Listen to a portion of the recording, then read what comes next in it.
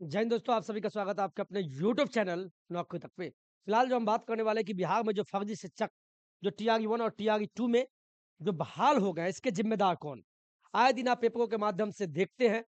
मैं इस पे वीडियो बनाना भी बंद कर दिया, चूँकि एज़ अ शिक्षक हम ये सोचते हैं कि मेरा काम पढ़ाना है, खुद पढ़ना और पढ़ाना और राष्ट्र के निर्माण में मेरा काम होता है। लेकिन आए दिन पेपर में देखते हैं और आप सभी के कमेंट होते हैं, तो आज फिर से एक चर्चा का विषय बना हुआ है कि फर्जी जो शिक्षक बहाल हुए, सभी नहीं, फिर बोल रहे हैं कुछ एक शिक्षक, इसमें बिहार राज्य की कहानी हो या अदर स्टेट से जो आए हैं, जो आरक्षण का गलत तरीके से लाभ लेके या कहें तो सीटेट हो, एस्टेट, एस्टेट का भी गलत तरीके से फर्जी पात्रता परीक्षा का सर्टिफिकेट लेके आ गए या जो भी वगैरह-वगैरह। तो इसके ज़िम्मेवार कौन?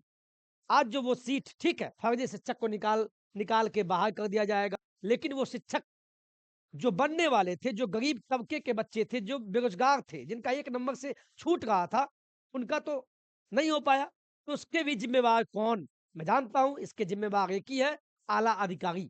यानी कहें तो आपको पता है, ये मामला जमुई से है। इस मुद्दे पे हम बाद में जाना चाहेंगे। सबसे अहम मुद्दा ये होता है कि आपको 2-3 चीज़ हम बात करने वाले हैं। आपको पता है बीपीएससी टीआरई 3 का जैसे ही रिजल्ट आ जाएगा 1 से लेके 12वीं तक का, इसके बाद फिर से डीवी चलता है जिसको बोलते हैं डॉक्यूमेंट वेरिफिकेशन या दूसरा नाम काउंसलिंग होता है। तो उसमें जो आला अधिकारी बैठते हैं, जो अधिकारी बैठते हैं, उस समय इसका मतलब फर्जीवाड़ा हुआ है, जाँच सही से नहीं हुआ।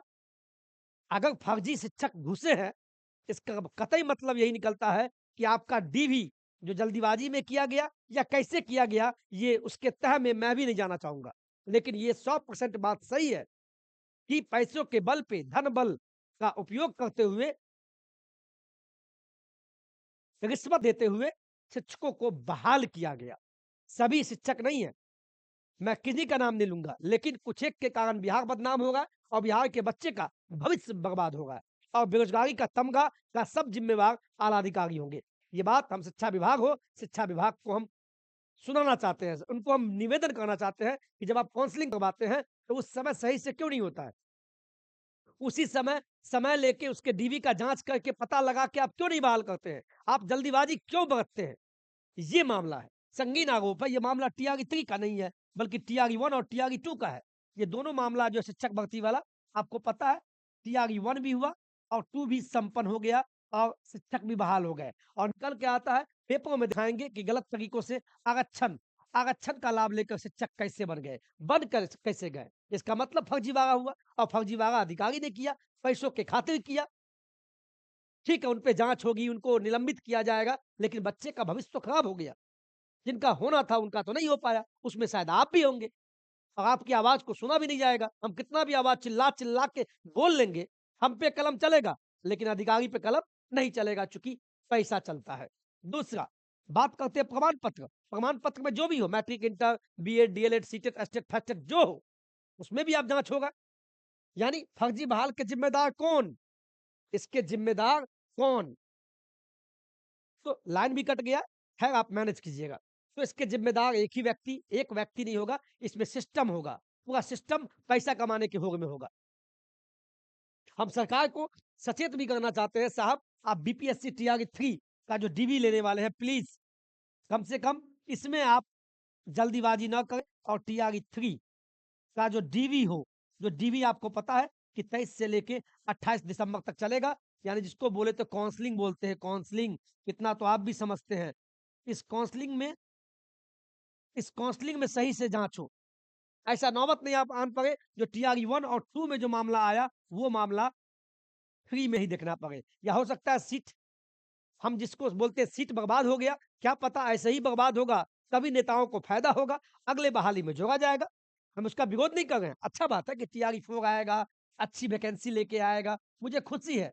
लेकिन जिनका टीआरई 1 और टीआरई 2 में होना था, 1-2 नंबर से छूट गए, क्यों छूटे? क्योंकि फर्जी शिक्षक को घुसा दिया गया, ये कैसे? ये इन तमाम बिंदु पे अब लाइन कट चुका है, आप मैनेज कीजिएगा। तो हम यही कहना चाहते हैं, ये मामला देखिए आप, हम पढ़ देते हैं, तो आप ये पढ़ाने के लिए नहीं है। कुछ लोग फालतू की बातें कहेंगे, सर क्या पढ़ा रहे हैं?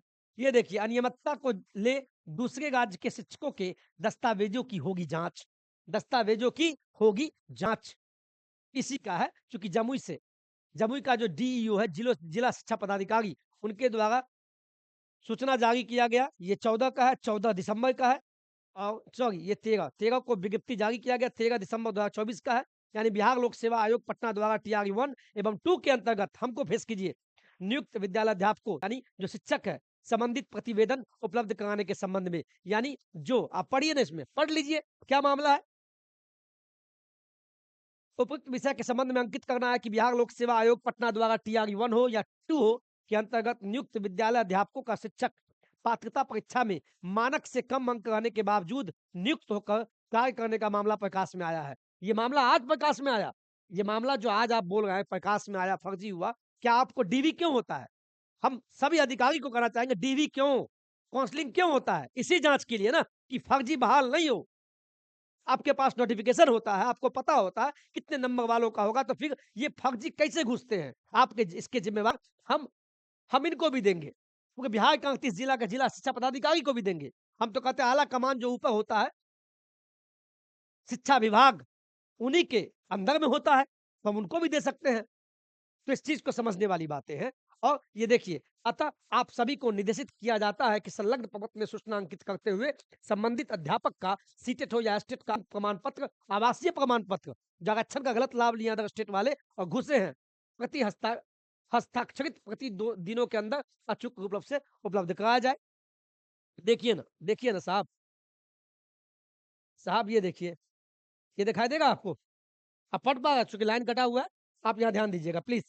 यहाँ देखिए, ये मामला सिवान का है। सिवान का भी देखिए क्या है। बिहार लोक सेवा आयोग द्वारा सरकारी विद्यालयों में पिछले 2 चरण यानी टीआरई 1 और 2 की बात हो गई है, में नियुक्त किए गए सरकारी शिक्षकों की नियुक्ति प्रक्रिया में दूसरे राज्यों यानी जो अदर स्टेट के बच्चे जो हमारे बिहार में आए और शिक्षक बने, सभी नहीं, कुछ एक के अभ्यर्थियों द्वारा बरती गई अनियमितता को देखते हुए सभी नियुक्त शिक्षकों के प्रमाण पत्रों का पुनः केंद्रीयकृत जांच करने का आदेश दिया गया। आप जांच पे जांच करते रहिए, इसको मजाक बना दिए, घोटाला सामने आएगा, बच्चों का भविष्य खराब होगा। और जो फर्जी तरीके से गधे लोग या गधे या गधी बहाल हुए, उनको तो बाहर करना ही चाहिए।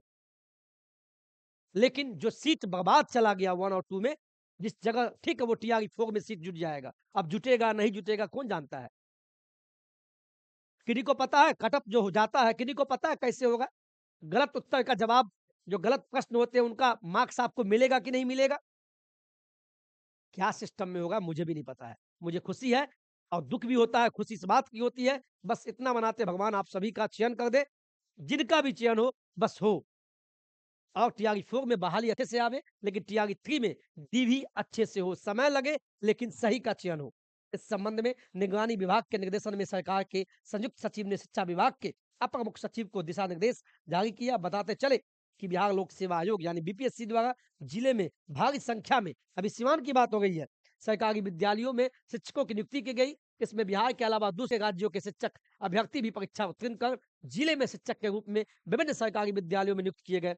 साथ ही दूसरे राज्यों के शिक्षक अभ्यर्थियों द्वारा गलत तरीके से आरक्षण का लाभ लेकर शिक्षक के रूप में सरकारी विद्यालयों में नियुक्त हो गए।